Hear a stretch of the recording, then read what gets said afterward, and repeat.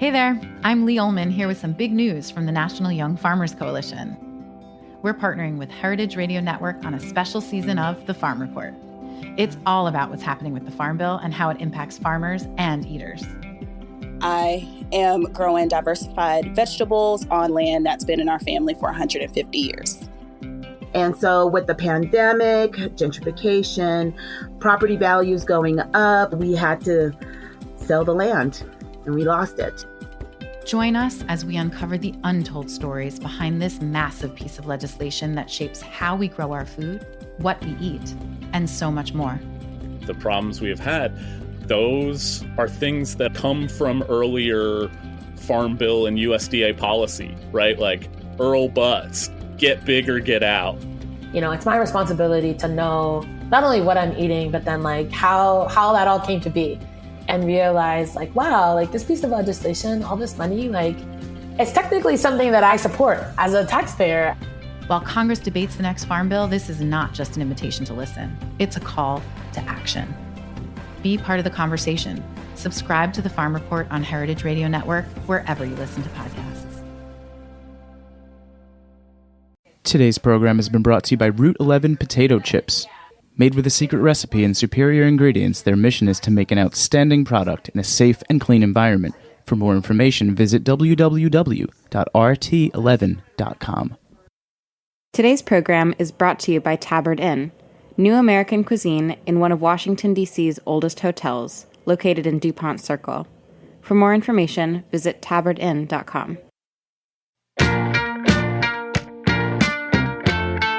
My name is Hannah Forden. I'm the membership coordinator at Heritage Radio Network, but even before I joined the team, I loved listening to HRN during my subway commute. It made the time go quickly and left me feeling inspired for the day ahead. HRN listeners tune in from all over the world, but there are a few traits that we all have in common, no matter where we listen from. A curious palate, the fierceness to make a difference, and a hunger for lifelong learning about the culinary world. As you know, Heritage Radio Network is a listener-supported nonprofit.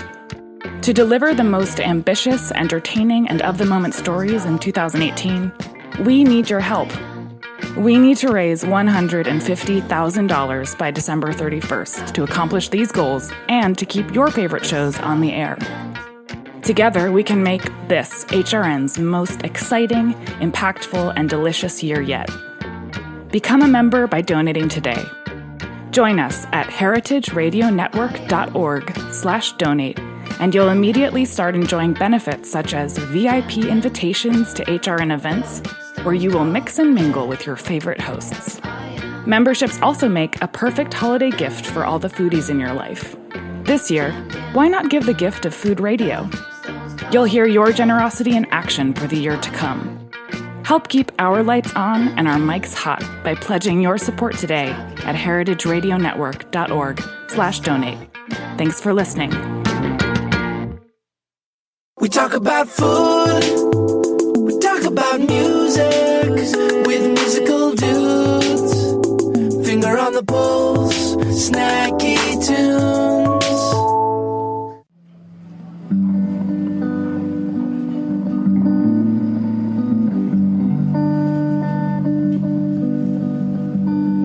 Je me souviens tous les jours sur la Seine quand j'étais nager avec les bisous.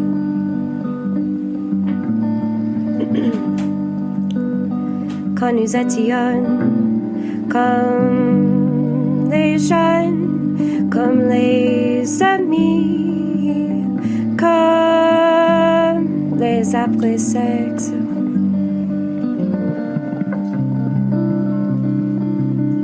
Maintenant je suis seule, maintenant je suis seule, là sur le mont Fembe.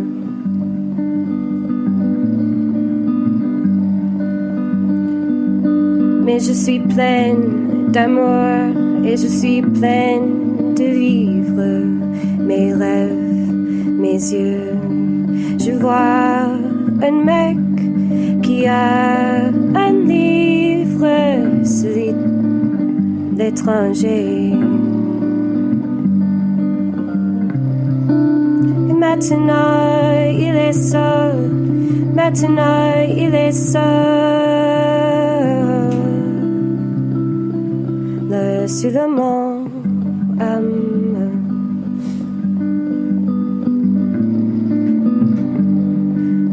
sur le mont autre.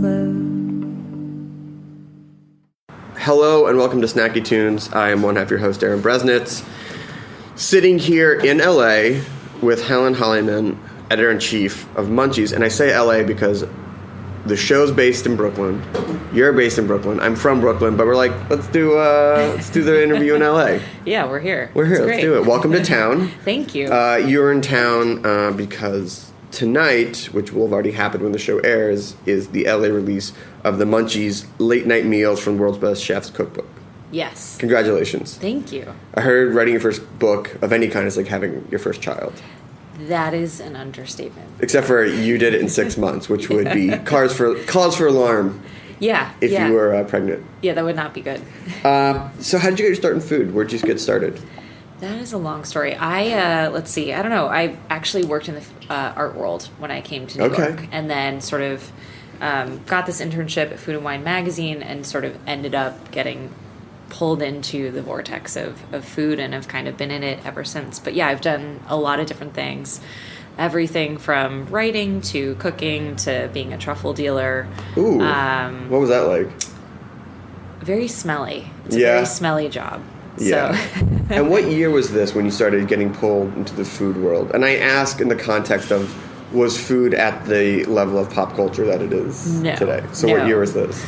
Ooh, good question. I think it was like 2008. So that was sort of right when, the way that I place it in my mind is the New York Times came out with this article that was about the Brooklyn Renaissance of food.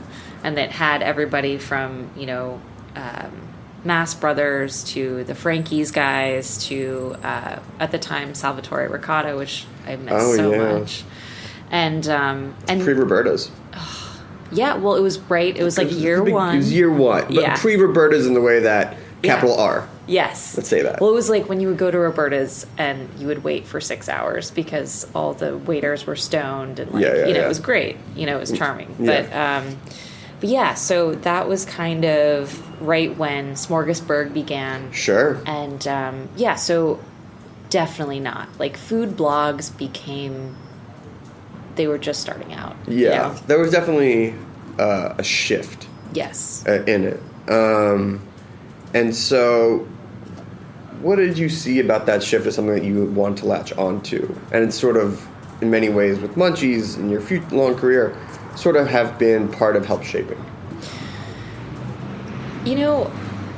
I think it was such a time where I lived in New York for a year right out of college. Yeah. And I was kind of like, I don't know if I like it here. And I had finished this Food and Wine internship. So I went to the West Coast. I went to San Francisco. Okay. I was like every cliche food nerd who was like, I'm going to work at Chez Panisse in the kitchen and intern. They'll pay me in bread. Yeah. Right, yeah. And I got to San Francisco and they're like, no, we don't have any room here. So the whole city or just basically. Basically the whole city was like, our restaurants are tapped. Yeah. Yeah, the mayor was like, sorry, there's literally no room. Go to Oakland. No, but I actually started working for a food blog at the time. It was called Eater. They had just started. And Paolo Lucchese was their San Francisco editor, and they had just started doing it. And there were all these interesting things, like Meat Paper magazine. Oh, I love Meat Paper. It's like the greatest. Legend. Shout out to Sasha. Yeah. Miss you, girl. But yeah, it ultimately, I came back to New York, and I needed a job. And my sister worked at Momofuku, and she said, hey, there's this girl that works in the office, and she's opening a bakery. She needs help. Do you want to... Just say her name. Just say her name. We love her here. So Christina Tosi. Hi, Christina. Was opening a bakery. And it's funny the bakery never did anything. I know. It really didn't take Milk off. Bar, just you just remember it. Yeah, it was a drop in the bucket, And no, but it was a great example of your question, which is like at the time it was just this idea. And then all of a sudden it became like this wildfire of connection to New York, and people from all over were really into it. And I think that that's what pulled me in, was actually working with people like Christina, and also kind of this magical moment in food where people started to connect with people in a different way. Yeah, I mean, I remember because I started working in food TV in like 2001, and then by the time 2008, 2009 rolled around, it was like something was happening. And you just saw a shift. You saw people looking at food in the way they used to look at music and art and things like that. And I mean, definitely Roberta's, especially where Heritage is based, was like a real cultural point to it. But Vice, where Munchies is based, has had a long time history of sort of being a disruptor in that category, whether it's news, it's art, it's fashion, or something like that. And I know we're jumping ahead a few years, but when did they start putting their eyes? When did you get involved on food? So Munchies used to be a show on Vice.com, a video show. And basically the premise was really simple. We would take a chef out on the town for a night. They would take us to their favorite restaurants and kind of eat and drink their favorite foods. And along the way, probably 3 or 4 restaurants in, they're probably a little bit drunk from eating and drinking. And they go back to their kitchen and cook a meal that we call the Munchies meal. Sure. This was before my time, for sure. I think it started in 2010, 2011. I should know that. I'll fact check that. That's fine. We'll fact check. We're not, Snacky Tunes has never been known for, it's like rough facts. We're just, in loosely terms. But the first episode was with David Chang. And again, some guy who just never... Yeah, he never took right off the cliff, right? It's really strange. But yeah, so, that first episode, if you watch it, I remember it. Oh, what's yeah. happening here, The fried chicken, Mad for Chicken. Oh, yeah. Yeah. I went out for Mad for Chicken because of that episode and being like, what is this place? Well, it became the type of thing where in the second season, Chris Grosso, who is now one of our 2 executive producers at Munchies. Shout out to Chris. Shout out. And Lauren. Shout out to Lauren. Really took it over and made it what it is. And so ultimately, about 4.5 years ago, actually longer than that, 5 years ago, Chris and Lauren went to Shane Smith and they said, hey, we've noticed that this show does really well. We actually want to pitch a food website. And Shane was like, great, go do it. So that's where they found me. And so I was hired to create Munchies, the website. So now we've retitled the show to Chef's Night Out. And now Munchies is a global food website, and we are in 8 countries worldwide. Incredible. So, yeah. So let's talk about Chef's Night Out, because that was really the heart and inspiration for this book. I know you mentioned the first episode of David Chang, but boil it down a little bit more of what people can expect from what is now 130 plus episodes. Yeah, we actually have over 200, which kind of makes my brain hurt because it's so much content it's that over 200. Yeah, it's hard to keep track. It's amazing. We've filmed all over the world, from Japan to Mexico City to Toronto, you name it. And a lot of people ask me why did you guys go from Vice is the disruptor, why would you go to print and make a cookbook? Yeah. And I think we're living in this golden era of cookbooks, because cookbooks are now about storytelling. It's not just recipes, So for us, this cookbook is really this beautiful combination of recipes that really showcase the personalities of really some of the biggest chefs in the world in a different way, and what they actually like to eat when they're not cooking for their restaurants. But it also includes funny experiences from the show. My favorite thing, Daniel Patterson of Qua, he's obviously one of the greatest chefs in America, who's very buttoned up. You literally clutched your buttons. Had to clutch your buttons. That's how buttoned up he is. No, when you think of that, you think of we are in for a very formal type of meal. It's very chef's table, elegant. And so, a lot of times chefs come on the show and they like to get rowdy and be really memorable. But for Daniel Patterson, he took the opportunity of the show to actually take his wife out on a really nice date. Oh my God. So, you know, he's like, babe, we have a night off and someone's going to pay for it. Let's go on a date. Yeah. And I'm sure she was like the two of us? She's like, no, there'll be cameras there, but... Yeah, exactly. And they literally, so they went to 3 restaurants, and at one point, one of the chefs comes out and, like, brings this plate of food, and he goes, you guys aren't drunk. Like, what's going on? And he's like, well, I don't know. We're just having dinner. And he's like, I don't know. It's weird. All I can do is, like, talk about our children. Like, what can we... So... The section of the book, we actually pulled all the YouTube comments of, like, what people said about it, because it's just the funniest thing. And it's this great kind of reflection of what Munchies really is, which is about, like, personality and kind of cutting through sort of what I sometimes like to call, like, the PR veneer of restaurants, you know? I mean, because it's Vice, because it is a longer format, because it is... well, web, and now it's also TV. Not to diminish it, because I absolutely have loved and made a career of digital-based content, but does that allow chefs to open up in a way that they may not for other networks, or have an opportunity to for other publications? Yeah, I think, you know, ultimately... everything that we do at Munchies, we try to be honest, and we try to make everything feel connected to people in a real way. You know, the Vice audience isn't necessarily a food audience, and the food audience isn't necessarily a Vice audience, but it's really kind of that conversation at the table, if you will, that they're having together. Oh, yes, that table, the great big table of pop culture, yeah. But that connective tissue is... I think what Munchies is. So, like, the Vice audience might not know who Daniel Patterson is, but they enjoy the entertainment of what's happening on that episode. And so, yeah, to your question, I think Vice as a whole goes to places that others don't, and they try to represent, I don't want to say like subculture, but kind of the stories that others aren't telling. And I think, you know... I mean, I'll say it if you don't say it. I mean, Vice to me has always been about subculture, which is interesting because food I no longer really consider a subculture. And I will never ever call chefs rock stars, but I will call them like pop culture icons. I'll call them artists in their own sense, which I think you guys celebrate in many ways.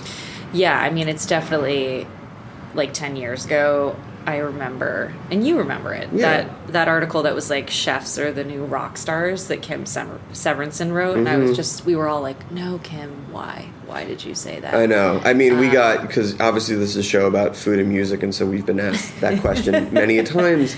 And I go, you're asking the wrong question. You know, the question really is has food reached a level of mainstream status and relevance that has been given to music, art, sports, etc., and things like that, which you guys help do on Munchies.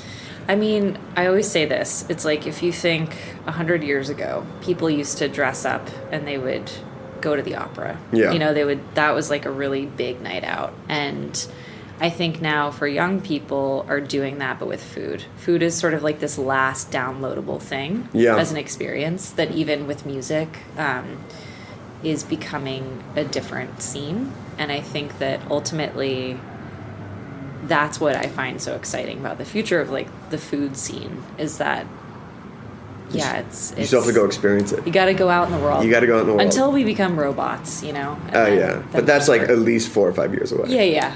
Well, we're going to take a quick break. I want to get a little bit into the studio and the garden, and then obviously let's talk about the cookbook and some of the awesome things that are in there. We're going to take a quick break. We have a song from the archives on Snacky Tunes here on heritageradionetwork.org.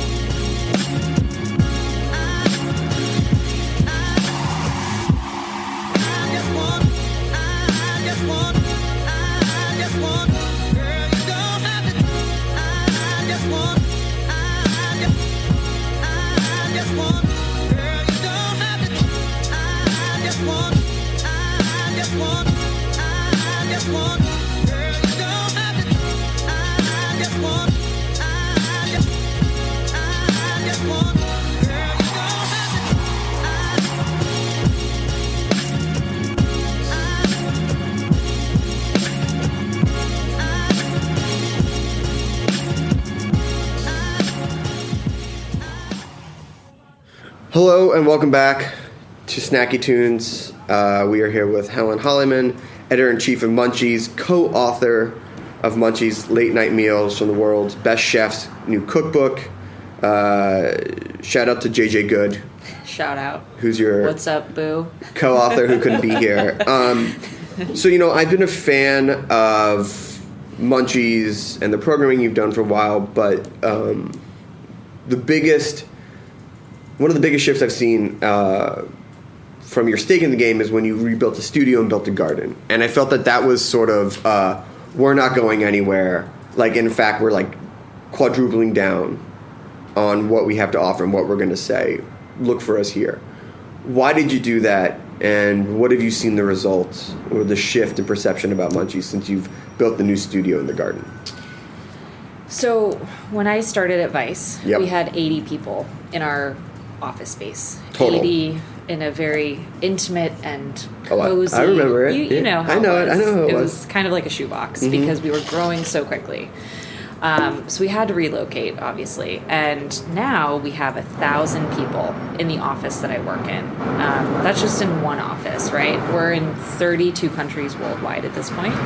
So when we were thinking about this new office space, the idea of creating a test kitchen became really paramount, I think, not only because Shane could potentially have a wine cellar in it, but also... Of course. Let's talk about the real reason, because the house is not enough and you got to have the wine cellar in the West Coast. Yeah. Anyway. Yeah, it's like we loves wine, I love wine. We get And along if maybe great. a bottle of one or two goes missing during a shoot, it just happens. It just happens. It We don't happens. talk about it. But, it became this type of thing where it's like, well, this has to be the new incubator. We have all these incredible people coming through this office at all times. Why not make it actually a shooting space where we can also have dinners, we can recipe test. And so it kind of became our Willy Wonka lab, if you will. Mm-hmm. So in the process of building the test kitchen, we had a architect who has never worked in a kitchen. And my publisher, John Martin, and myself kind of looked at each other. John Martin, shout out. I love you, John. Wish he was here today. I know. But he's in New York making us money. So thank you, John. Thank you, John. But we sort of looked at each other and we were like, we need a chef to actually look at this and make sure that we are on the nose here. And so we ended up asking Tin Ho, who used to be the chef de cuisine at Momofuku, Sambar, and Mapeish, who's a good friend of mine. He looked at the plans, ripped them up, and redid it all. Good. So... Take everything you know, throw it out. Yeah, and that's what he did, and we ended up having this really beautiful kitchen space that is more useful than ever because we shoot a lot of video in there. We've done a show called Moltissimo with Vitali in there. Again, you just find these guys whose careers have fallen off, and you revive them. It's wild. No, but, well, I actually want to talk about that because. In many ways, having Batali with the show in Munchies is some very weird, I can't say full circle, but a very amazing thing where he was one of the original faces of Food Network and then left because he's like, I still want to do real food. And they were like, fuck no. And not only does he have a show on your channel, but he also wrote the opening the foreword for the book. Can you talk about how that relationship was established and how he came to essentially introduce the world to your first cookbook? So we had shot a pilot with him for what would then become Moltissimo. We shot it with him and Aziz Ansari and Alan Yang from Master of None. It's a good episode. And it's literally just called Master of Lunch. And it was sort of like, what if we did Molto Mario 2.0? Yeah. But we sort of infused it with Vice characters and different cultural figures. So he came out onto our rooftop garden, and so I took him around and I kind of showed him all that we were growing because it's really sort of a farm.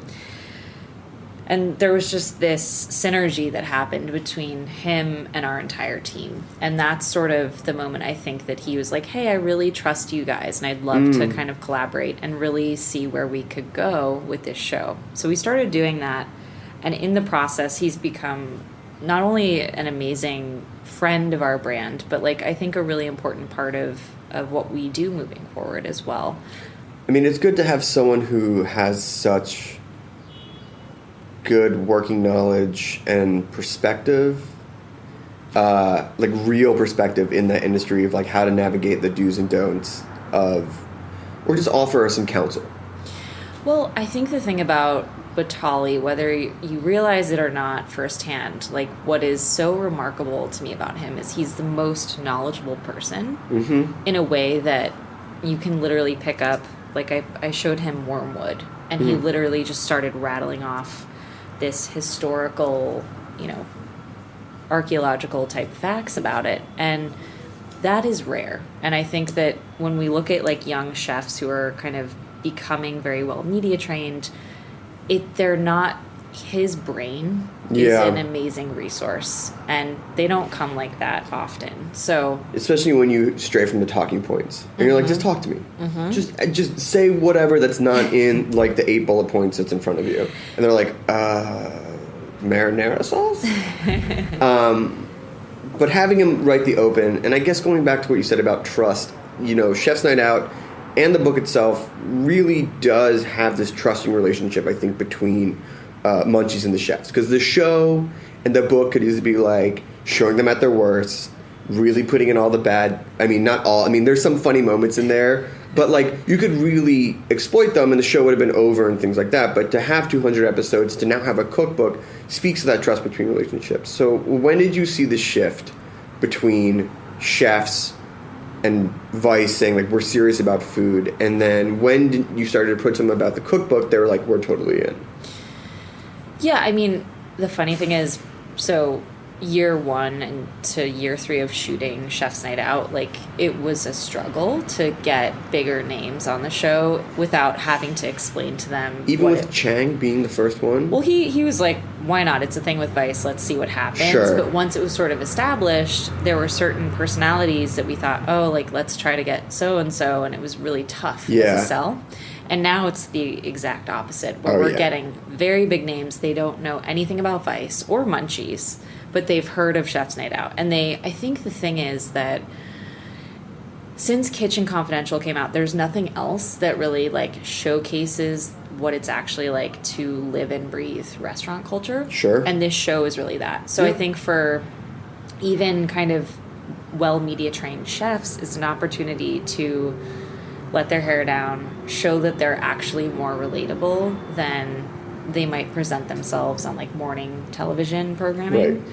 And I think that sort of idea of the trust thing, we only, it's like the camera is truer than anything in a lot of ways, and it's what you decide to present on camera. It's not us being like, we're going to turn you into a monster. It's like, great, we're going to take you out, the cameras continue to roll, and that's it. So like it's up to you to paint whatever picture you want.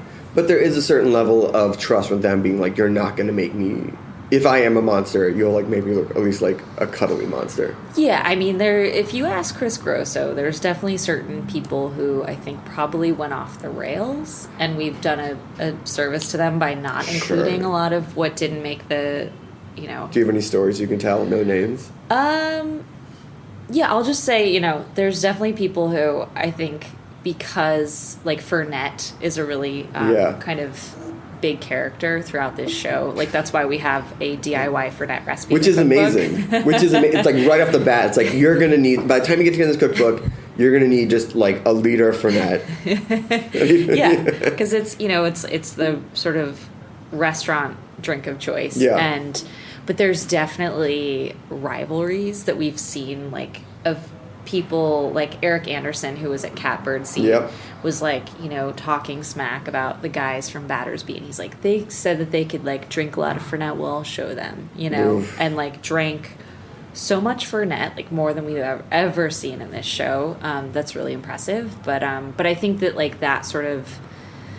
Like, your episode was crazy, I'm going to be I'm going to drink even more. Yeah, people try to, like, one-up each other sometimes. So in putting the book together, and I know a lot of it is inspired from the show, what was the idea? Because you could have taken your first cookbook in so many directions, and even the Munchie stuff you could have taken in so many the Chef's Night Out stuff in many directions.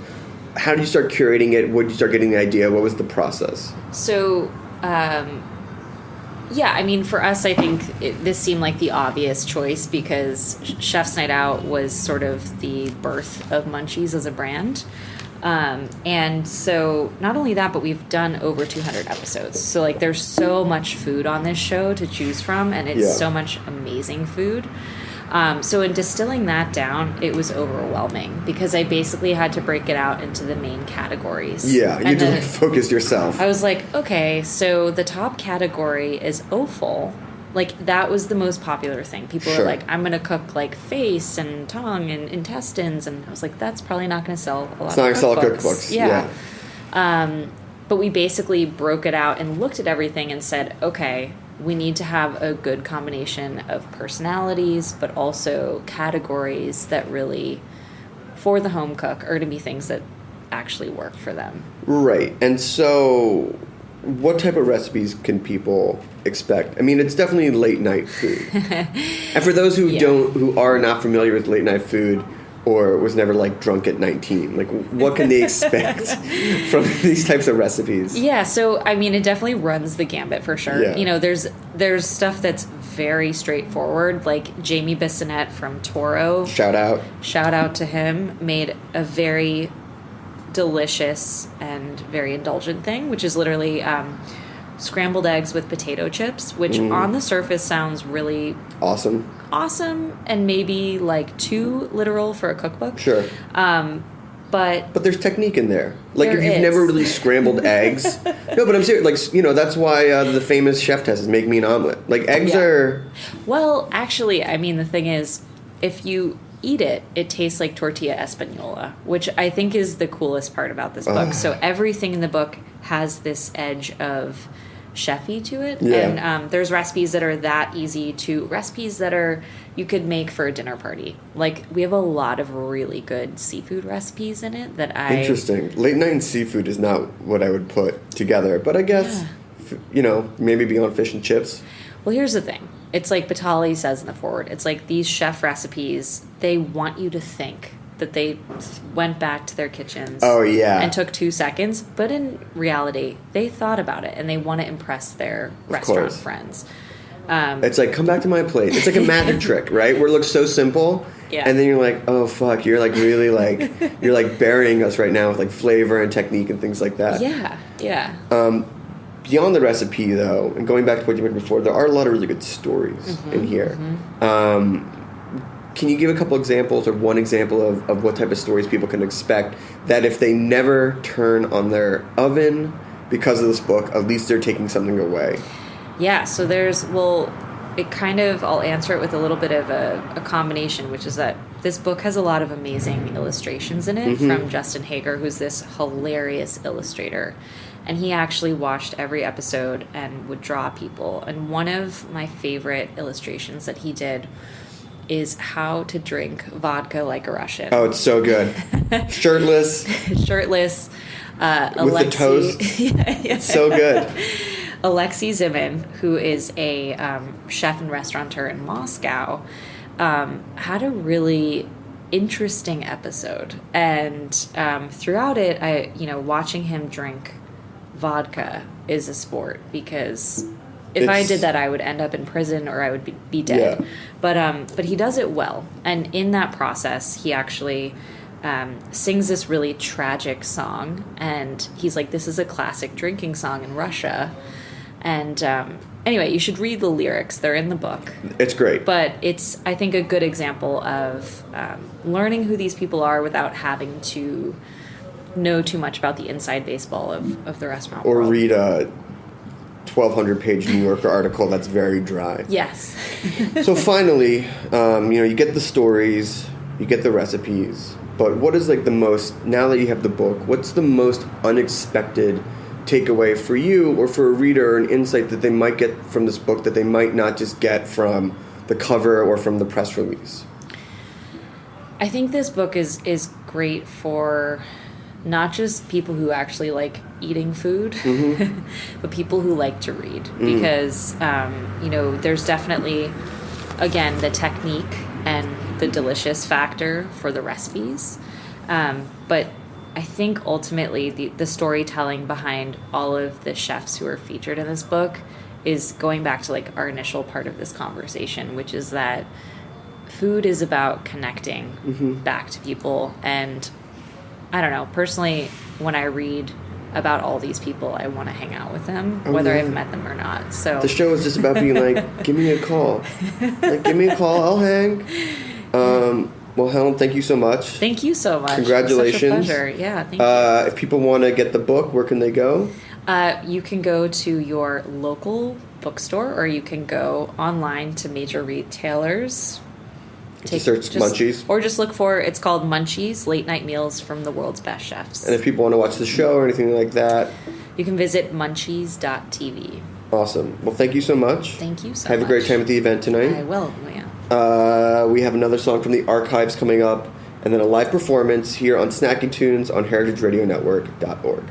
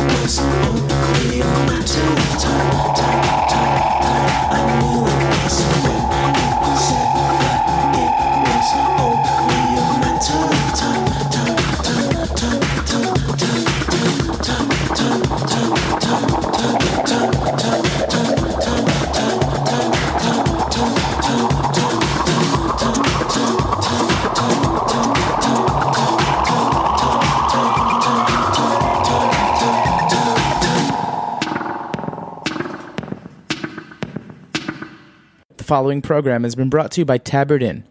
Tabard Inn, Washington, D.C.'s quintessential small hotel, is located on a quiet, tree-lined street just 5 blocks from the White House. Vibrant yet unassuming, the Tabard is comprised of 40 sleeping rooms, each unique in character and design. Feast on eclectic American cuisine in their acclaimed restaurant, or enjoy a cocktail and listen to live jazz in one of their cozy Victorian seating areas. Mingle with travelers from around the world who find the Tabard the only place to stay when taking their travels to Washington. For more information, visit tabardinn.com. The following program has been brought to you by Route 11 Potato Chips. From the moment Route 11 Potato Chips dropped their first batch of chips back in the early days of 1992, they understood their destiny as a high-quality producer. Instead of succumbing to the frenzy of mass production, they took advantage of their small size and made chipping a personal art form. The payoff was immediate: an incredible potato chip. With a secret recipe and superior ingredients, their mission is to make an outstanding product in a safe and clean environment. In this world of uncertainty that we live in, Route 11 Potato Chips believes comfort food should be just that.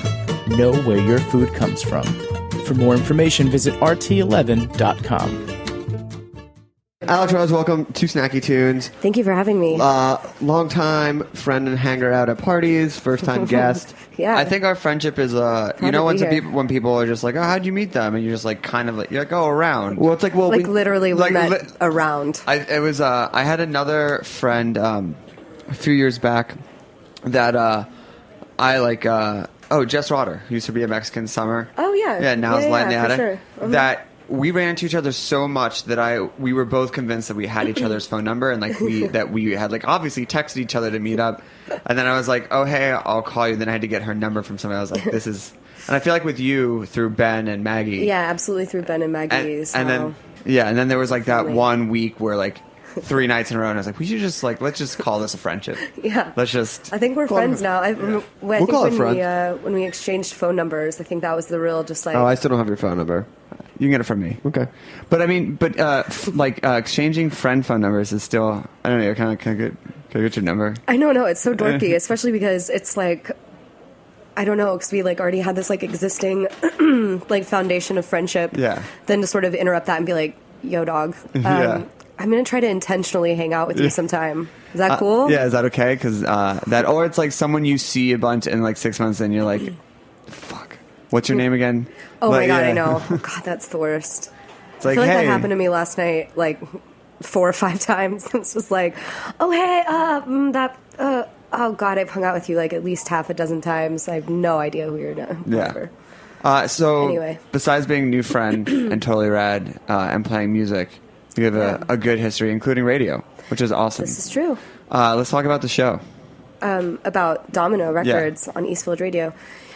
So the format was basically like, obviously I played some new Domino releases, and as well as from the Domino publishing catalog, which is pretty diverse. So I played, a mix of indie rock and new shit that I really liked. It was kind of all over the place. It was like a bit schizophrenic. Not that old. Not that. I played that new and that old interchangeably. Like I'd play like Amandul 2, like then, fucking Blood Orange or They whatever. have that deep catalog. They do have a deep catalog. I knew that I was forever maybe in the good graces of Jeff Conklin, who was a great institution at that radio station, when he came downstairs from the office and was like, "Are you playing Amandul?" And it was just like made his day. It was like, I did not expect to hear that at 10 a.m. on a Monday morning. Like, which is great because when you like can get like the GM or the running station who hears music all the time. To absolutely, be like, I'm gonna get up and go talk to that music. That station was just on 24/7 in that office, and the fact like it was very special. And before that, I had a radio show in college as well. One time I had 0 listeners. It was. Yeah. I could see the listener. I could see the traffic. Just dropping. I'm like, man, I really shouldn't have played that like UK subs song or like whatever I played. But yeah, so I did a world music and post-punk show in college. Oh, amazing. And that was really fun. The only listeners that I was 100% sure I had were like the dads of students. When I had college radio show, this guy Bud would call every couple of weeks. He was like his son ended up taking over my room when I moved down to my house. But like I knew for sure that I had like the dad population cornered. And which radio station was that? It was KWVA. Okay. I had the new. I had the new. It was so new. It was like if it had been out for like 3 weeks, it was like old. Were you like tracking for the for CMJ and stuff like that? Tracking for CMJ, and then also just like it was. I happened to be there like, at the rise of blogs. That's when I was on. So like any demo that someone coughed out would just make it. It's like, yeah, we got like a 56 kilobyte rip, and I was like, that is great. We will put that on the air, and we will we would like rip songs from MySpace players to play. I mean, amazing. Yeah, so oh god. Yeah. Shit that would not fly now at all. So many MP3s to play on the radio. Yeah. I know a lot of people do use Spotify and like other streaming services to DJ, and you can really tell the difference, you know, like what if the internet would, well, I guess this is an internet station, so if the internet went down, we'd be fucked. But yeah, I mean, there's a new that new streaming service that's coming. That's like all the tracks are like FLAC files, and it's like $20 a month. Interesting. So you know, pick up they're flat. It's like uncompressed. No, like you don't lose any audio. Lossless. They're gigantic files. Which is crazy that they're doing it streaming. So like, I'm not really sure how. How is that? Wow. Yeah, how's that going to work? That's amazing. You need one of those college T1 connections. Yeah. Yeah. You need all right, let's hear a song. Yeah. Okay, sure. Forget compression. Let's hear it live. Yeah. What are you going to play for us? Oh, what am I going to play? I don't think this song has a name. You know, some further background. I don't actually play shows or have any recordings. Which is why this is so great. So this is very special for me. I used to play the coffee shop circle in Seattle, which is very embarrassing. I can't believe I just said that out loud. So this is actually the first time I've played like just me and a guitar.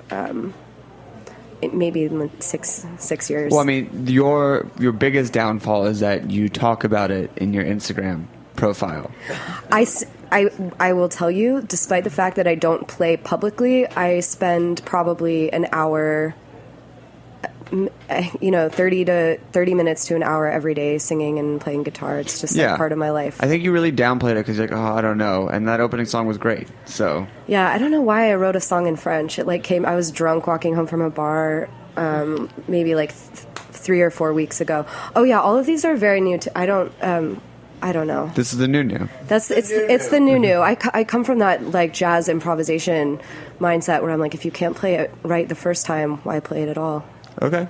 All right. So let's get. Okay. Well, let's call this track number 1. Oh yeah. It's actually 2 weeks in a row where we have unnamed new stuff that's like just not named. So. That new. Wow, it's really loud. I'm sorry, Liz. I'm gonna turn this down a little bit. Okay. That suits me better.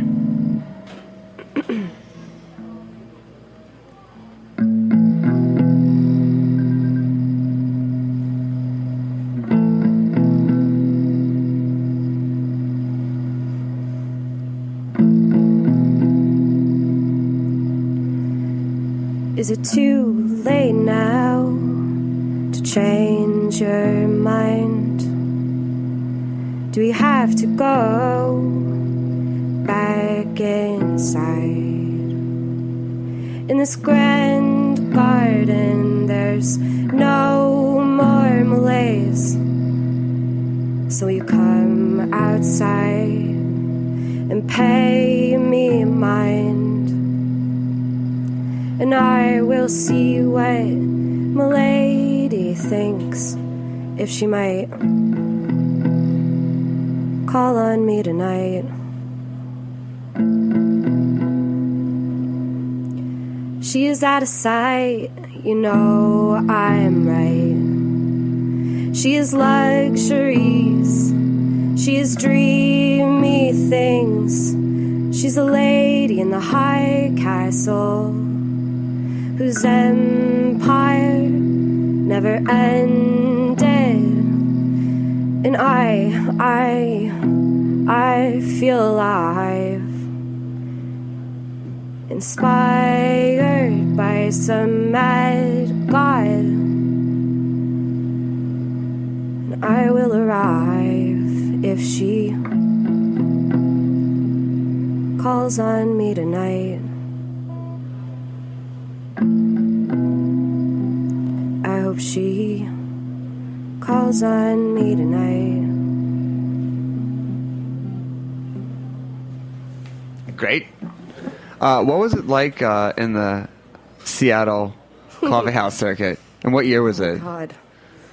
This was like 2007. Great. You know, pretty bleak. Lots of people tamping espresso drinks and... I'm trying to think of Seattle bands. The Blood Brothers. Have you ever heard of them? Wait. I'm going to see them. I know they're doing that massive reunion. I'm so excited. I have tickets. We saw them at so FYF, and they were incredible. I mean, when we saw them, they played. I went to school in the Northwest, and they played all the time. They actually did my radio show in college. Wait, where did you go to school again? University of Oregon. Okay. Yeah. I went to the University of Washington. Damn. Get the fuck out of the station. Damn. They came on the radio show, and they were dicks. They came here? Oh. No. When I was in college, Brothers? I was so excited, and they were just dicks. And from like the first 10 seconds, I was like, this is a terrible idea. By the way, so 2007. Yeah. What was the any contemporaries? I'm trying to think. I mean, this was sort of around the same time as, Tiny Vipers, I guess, was kicking around. She was a solo girl. Contemporaries. I don't think any big names really rose out of that. But sure, Tiny Vipers was, she was signed to Sub Pop and put out some records and had a pretty small following, and I really liked her music. So I guess it was kind of like that. It was just me and an acoustic guitar. The songs were very different. I mean, not that these are very mature, but they were very adolescent and bratty. Yeah. What was a topic of the... I feel like I was always trying to come up with clever ways to basically be I'm stoned, but in a clever way, and sing about it and be I think, oh God, I can't even believe I'm talking about this. I think I wrote a song that was I arrive red-eyed but ready. Wow. Wow. Why? Wow. No, just no. Yeah. I just look back on that. I actually don't even really remember most of those songs. I've probably written, in my mind, maybe 40 songs, and I only kind of remember the ones I've written recently. What was your knit cap game like? My knit cap? Yeah. Oh God, I did. I had a frumpy girl hat for sure. It was Frumpy great. girl hat? That's what my friend Luke calls them. Frumpy girl hat. I never thought about it, but I guess they are kind of frumpy. They're not great. They were, those ones that sort of sit a little farther back on your forehead. I lived in the Northwest. You don't need to tell me about the frumpy girl hat. I was just kind of seeing if you subscribed. It was great for the weather, though. Yeah. It's just throw this on. Yeah. If it gets a little wet, it's okay. It's not that expensive. Exactly. Yeah. And then your hair's kind of dry. Yeah. When you get to wherever you're going. Yeah. Dry enough. Yeah, dry enough. The Northwest motto. Yeah. It's dry enough. I'm not going to use an umbrella. God, why would I use one of those wonderful human inventions to stay dry? Saying that you play 30 minutes to an hour a day, but not really playing, what is the kind of inspiration for it, or? When I was younger, I used to sing in choirs, and I did musical theater and stuff like that. So I think it's just a way to stay in practice. I sing in bands occasionally. I was a part of Household, which was a Brooklyn band. Played maybe 6 or 7 shows with them earlier this year. So I kind of bop around. I prefer to sing, but I've spent so much time. I feel like it was after I broke up with my ex-boyfriend a year and a half ago. I live by myself now, and I'm oh, cool. This is a practice space and an apartment. I'm bored. I pick up a guitar and Don't tell your landlord; they'll charge you more. Oh, yes, it's a practice space and apartment. We can charge you more for that. Mum's the word. Yeah. Greg Flip. That really is. Put your earmuffs on. Yeah, Wait, that's his name. Greg Flip? I definitely thought he was a scammer. And he's in real estate? He's in real estate. So what does he do with apartments? Well, I'm sure he flips them, rents them. There we go. Yeah. Thank you. I think it's short for Filopovich. Actually, my landlord was in a boy band in, where is his family from? A very small island from... anyway, on the opposite side of the world. I don't want to say Fiji, but where is he?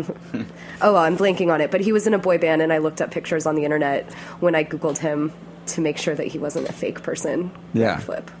Darren just went through trying to find a new apartment, and awful. It was like 2-bedroom for in Williamsburg for $1,000 a month. Just wire me the money, and we'll send you the keys because I don't want to come down from upstate unless the money's not real. And that's like okay.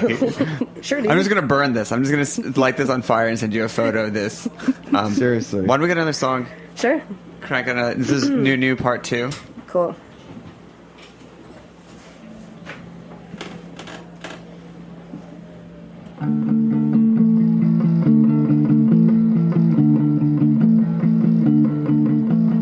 Hey you, hey you, hey you,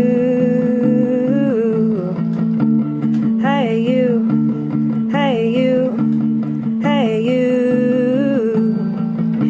I was in your bed, in over my head. How did I get here again? I better get going nowhere, I better get going. I better get going nowhere but home. Alone again. What do you want me to say? I can be anyone I want today. I can go where I please. I can get down on my knees if I want to. If I want to. If I want to. If I want to. If I want to. So when the lights go down and the curtain falls, I'll be in the box seat, starting the applause, starting the applause, starting the applause. So I better stop going, I better stop going nowhere but home, alone again. So you say Northwest. Are you from Seattle? No, I'm from Austin, Texas. Okay. Ooh, what's your favorite place to get migas? Ooh, that's a great question. Oh, I have an answer. There's a migas taco at a window on Manor, East Manor. It's called Taco Mex. It's next to a laundromat. Okay. It's the best. It's migas. Technically, it's migas, so I cheated and answered with a breakfast taco. That's fine. Yeah. That's still acceptable. It's a good answer. Cool. What about you? Polvos. Oh, yeah, Polvos is great. Potentially favorite meal in the world? Absolutely. Polvos, cheese, flour tortillas, black beans. Really? Oh, my God, Polvos is so good. What do you want from me? I'm a man of simple tastes. You know, I'm just really comfortable with what's going on in my surroundings, and I just need migas from Austin. Yeah. Anyway, I could talk. God, let's just talk about Mexican food for the rest of our lives. Where's your favorite Mexican food place in Austin? I agree with you. I think Polvos may be one of my favorite places. Boom. See, Greg? I mean, I'm not arguing. What about in Brooklyn? That's a harder question. Yeah. I don't have an answer. Honestly, it's okay. I mean, there's where I wandered by that I haven't been in a while is Mexico 2000. Where's that? It's on Broadway. It's in the back of a bodega. Oh, I've heard about this place. Which has been around for a while. I don't know if it's like good so much as like it's cheap and it's like in the back of a bodega and it's rad. It's next to Trophy Bar. Darren, do you remember? It's something like Yeah, you Mexico took me there. 2000. Yeah, you took me there. Still around. It's a bodega. It's probably. I wonder if it's good as I remember it. Yeah, it could be. It could be one of those like it was good because we were broke. We were broke, and it was down the street, and like just the location about it was great. But I'd be afraid to go back there, and it'd be like, oh, it's just not. Oh man, how many things are better in life because you're broke and it's down the street? I'm not just talking about food. But yeah. Actually, there's a place not far from here where we are. I'm trying to remember the name. It's on Flushing and Knickerbocker. They have a great torta. Really? Yeah. Okay. Shout out. Yeah, shout out to that torta. Shout out to that torta on the corner. I think Free Williamsburg did a roundup of like the 10 best taco places. And they only came up with 8? No. There's a bunch of places. You have to go like 1 or 2. It's like around these stops that the best Mexican food is in Williamsburg. I heard recently that triangle space on Flushing is finally open. Did you hear about this? The one across from Life Cafe. There's just that property that's a triangle. It's been there forever with like a outside space. Oh, yeah, Montana's? yeah. It's open now. It's not apparently. Montana's. They opened a bar. I walked by it not too long ago. Yeah. Yeah, they finally opened something there. That's crazy. Okay. Yeah. maybe we'll get a good roundup like for Mexican food in the coming. I just think it's impossible to have great Mexican food here, but that's just it's hard. I'm actually, I like La Superior. Come to think of it, their new restaurant. I think it's called Cerveceria. Yeah, that's the one I was Yeah. going to mention. Oh, that's really good. So Been there twice lately. Good deal, good prices. It's good food. prices. Like they have good drinks, good beers. It's all like imported beers from Mexico, and yeah, I would agree with that. I live across from Loco Burrito on the Graham stop, so I can walk over there in my pajamas, just get a burrito and go back close. home. Close So that's my enough to favorite. change. Yeah. I remember when La Superior opened, I used to get in fights with the managers because they serve things traditionally. And they were like, I was like, okay, knife and fork, like that's not how it's eaten and from Mexico. And we're like, oh, I know, but I'm in the States, and we would get into like epic fights with them of their like toe the line, like just you need to eat it this way. And I was like, I'm a messy eater. Can I have a knife and fork? So, but they're great and their foods are awesome. We want to make sure we get time for one more song, but since you're not playing out that much, how can people potentially find you when you do like hop on Cameo Friday nights, secret vocals or guest shows or side projects with certain John Chavez? I do. I have a project called West Wing, and I'm mentioning it here so that it sounds more real. Based on the show? Neither of us have ever seen the television show. All right. Perfect. Well, is winter coming? Because winter is coming. Get those first 4 seasons. It's perfect. Winter is coming, and that's when we will have band practice again. Cool. But yeah, thank you so much for having me. This has been really fun. Yeah. This is really chill. We're just like eating pizza and hanging out in the back of Roberta's. It's awesome. Yeah, today is like good buddies type snacky tunes. Yeah, shout out to Jay Strell, who's been our silent guy in the corner. Yeah, I can't wait to drink this. Jay brought us homemade Negroni? Bottled, aged. Barrel-aged Negroni. Oh, yeah. yeah. Experiment with those. Original Negroni recipe. That's awesome. Can dig it. Nicely bottled. And then next week, I'll be gone for a little bit. I gotta see who's on. But we have Toy City's on next week, which would be awesome. And Psychic Twin the following week, which would be great. Psychic Twin will be a cameo as well. Oh, that's with Black Kids. As a matter of fact. Oh, yeah. Look at that! Look at that full circle. She's great. Okay, we'll be out, and just want to say super excited for the Flyers tomorrow at the Garden. This is maybe the year. Oh man, and it's fall. I guess it was fall during last week's show. It was really not that you would know, but happy fall. It's all reversing. It's summer right now. Yeah. Well, shout out to Cameo. I'll be there Friday night at 11:59 when the doors open for the late night. One more from Alex Rose. Take it away. Cool. Thank you. Thanks, everyone. All right. This is also I wrote this last week. New part 3. Yeah. So it's kind of, all my songs are kind of rough and demo-y. See, this capo is amazing. Okay.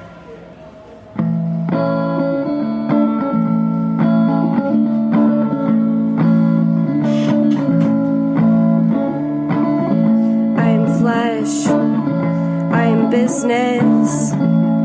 Oh, touch me, I am sick. I am strong. lustful in this abyss. I'm neither formed, I am not full. I'm a great divide, all is amiss.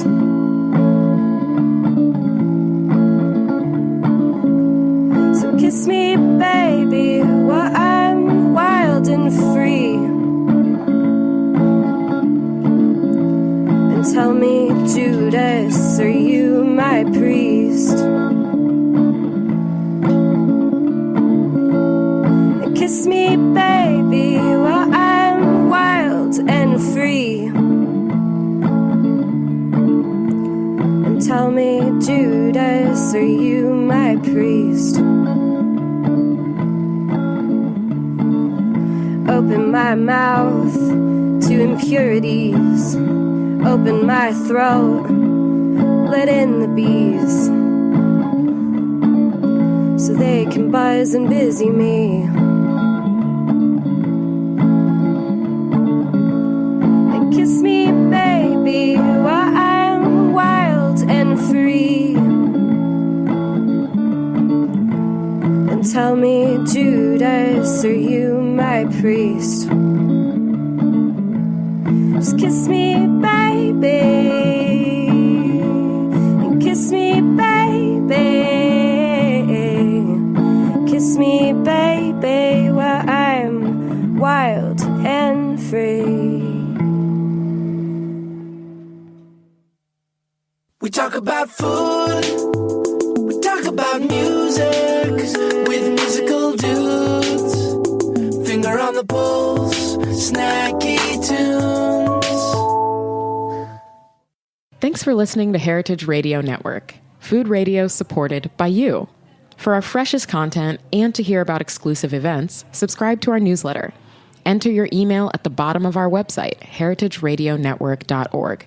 Connect with us on Facebook, Instagram, and Twitter at heritage_radio. Heritage Radio Network is a nonprofit organization driving conversations to make the world a better, fairer, more delicious place.